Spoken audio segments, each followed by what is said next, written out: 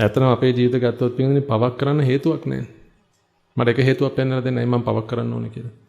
මනුස්සයෙක්ට අවඩක් අසාධාරණයක් කරන්න එක හේතුවක් මට පෙන්වලා දෙන්න මගේ ජීවිතයේ තියෙන. ඔන්න මම වෙළඳ ව්‍යාපාර කරනවා නම් කෙනෙක්ට කියන්න පුළුවන් වැඩි ලාභයක් ගන්න සමහරට යමෙක්ට අවඩක් අසාධාරණයක් කරනවා වෙන්න පුළුවන් කියලා. එහෙම කොටසක් නෑ දැන් මගේ ජීවිතේ. අවුරුද්දේ අන්තිමට බෝනස් එකක් ගන්න, ප්‍රොමෝෂන් එකක් ගන්න සමහරක් විට පින්වතුනි කෙනෙක් බොරුවක් කියන්න ඉඩ තියෙනවා. තමන්ගේ හාම්පුතාට බොරුවක් කියන්න ඉඩ තියෙනවා. නෑ මං එක කරා තමයි කියලා. හැබැයි කරලා නෑ. බොරුවක් වංචාවක් හරි පින්වතුනි කරලා සමහරට ඒ වගේ දෙයක් ලබා ගන්න ඉඩ තියෙනවා. නමුත් මේ ජීවිතේ පින්වතුනි එහෙම අවශ්‍යතාවයක් නෑ. මොනව ගන්නද? මොකද අපි අවබෝධ කරගන්න තියෙන පින්වතුනි මේ යහපත සිද්ධ වෙන්නේ මේක ඇතුලෙන් කියලා.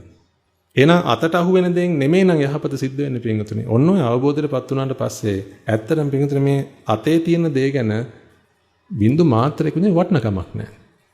ඇඟට චීවරයක් වැටෙනවා නම්, කුසට ආහාරයක් වැටෙනවා නම්, ලෙඩ දුකට බෙහෙතක් තියෙනවා නම් පින්වතුනි ඉන්න හේවණක් තියෙනවා නම් ඔන්න ඔය කියන කොටස සිද්ධ වුණා නම් පින්වතුනි ওই ටික විතරයි අතට අහු වෙන ටිකකට ඕනේ. එතනින් එහාට අවශ්‍ය සියල්ලම පින්වතුනි මේ හිතක් සුවපත් කරගන්න. හිතක තියෙන ගුණ වර්ධනය කරගන්න අවශ්‍ය කරන කොටස විතරයි එතනින් එහාට හොයන්නේ.